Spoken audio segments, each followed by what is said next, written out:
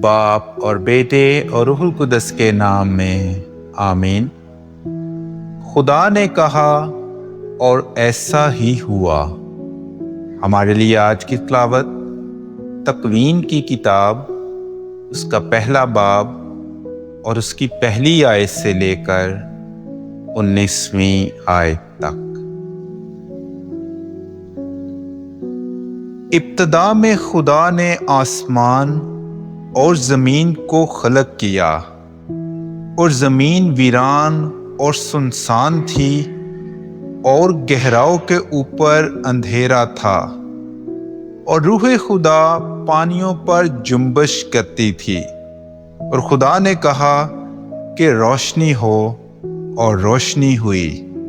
اور خدا نے دیکھا کہ روشنی اچھی ہے، اور خدا نے روشنی کو تاریکی سے جدا کیا۔ اور خدا نے روشنی کو دن کہا، اور تاریکی کو رات کہا۔ پس شام ہوئی اور صبح ہوئی، یعنی پہلا دن۔ اور خدا نے کہا کہ پانیوں کے درمیان فضا ہو، جو پانیوں کو پانیوں سے جدا کرے۔ تب خدا نے فضا کو بنایا، اور فضا کے نیچے کے پانیوں کو فضا کے اوپر کے پانیوں سے جدا کیا، اور ایسا ہی ہوا۔ اور خدا نے فضا کو آسمان کہا۔ پس شام ہوئی اور صبح ہوئی، یعنی دوسرا دن۔ اور خدا نے کہا کہ آسمان کے نیچے کا پانی ایک جگہ جمع ہو، تاکہ خشکی نظر آئے، اور ایسا ہی ہوا۔ اور خدا نے خشکی کو زمین کہا، اور مجتمع ہوئے پانی کو سمندر کہا۔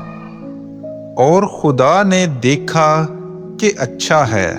اور خدا نے کہا کہ زمین سبز نباتات اور بیج دار پودوں اور پھل دینے والے میوہ دار درختوں کو ان کی اپنی اپنی قسم کے مطابق، اور جو زمین پر اپنے آپ ہی میں بیج رکھیں، اگائے۔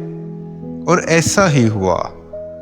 تب زمین نے سبز نباتات اور بیج دار پودوں اور پھل دینے والے میوہ دار درختوں کو ان کی اپنی اپنی قسم کے مطابق اگایا۔ اور خدا نے دیکھا کہ اچھا ہے۔ پس شام ہوئی اور صبح ہوئی، یعنی تیسرا دن۔ اور خدا نے کہا کہ آسمان کی فضا میں نیر ہوں، کہ دن کو رات سے جدا کریں، اور وہ زمانوں اور دنوں اور برسوں کے امتیاز کے نشان ہوں، اور وہ آسمان کی فضا میں چمکیں کہ زمین کو روشن کریں۔ اور ایسا ہی ہوا۔ پس خدا نے دو بڑے نیر بنائے، ایک نیر اکبر جو دن پر حکومت کرے، اور ایک نیر اصغر جو رات پر حکومت کرے، اور ستارے بھی۔